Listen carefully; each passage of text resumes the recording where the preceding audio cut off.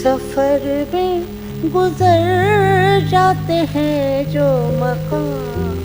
তাসের ঘরের মতো ভেঙে পড়ল সুরের এক বিশাল সাম্রাজ্য। ভারতীয় উপমহাদেশের সঙ্গীতে যে নক্ষত্রটি দীপ্তি ছড়াচ্ছিল দীর্ঘ ৮ দশক ধরে, সেই আশা ভোসলে পাড়ি জমালেন অনন্ত লোকে।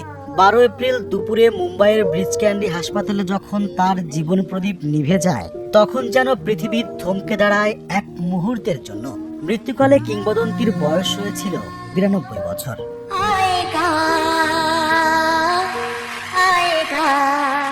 ১১ এপ্রিল হৃদরোগ আর শ্বাসকষ্ট নিয়ে হাসপাতালে ভর্তি হওয়ার পর থেকেই ভক্তদের মনে দানা বেঁধেছিল আশঙ্কার মেঘ। চিকিৎসকদের আপ্রাণ লড়াই আর কোটি মানুষের প্রার্থনাকে ব্যর্থ করে দিয়ে তার ছেলে আনন্দ ভোসলে যখন মায়ের চিরবিদায়ের খবরটি দিলেন, তখন তা যেন এক বজ্রপাতের মতো আছড়ে পড়ল সঙ্গীতানুরাগীদের বুকে। বার্ধক্যজনিত অসুস্থতা তার শরীরকে দুর্বল করলেও মনের জোর দিয়ে যে লড়াই তিনি লড়ছিলেন, তার অবসান হলো আইসিইউর সেই বিষণ্ণ ঘরে।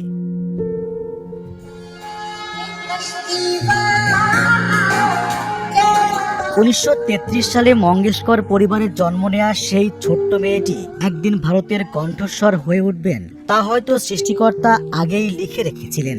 মাত্র ১০ বছর বয়সে বাবার হাত ধরে যে সুরের যাত্রা শুরু হয়েছিল, তা থেমে গেল আজ। লতা মঙ্গেশকরের মতো হিমালয় সম দিদির পাশে দাঁড়িয়েও তিনি নিজের জন্য গড়েছিলেন এক আলাদা জগৎ। আশা ভোসলে মানেই ছিল প্রাণের স্পন্দন।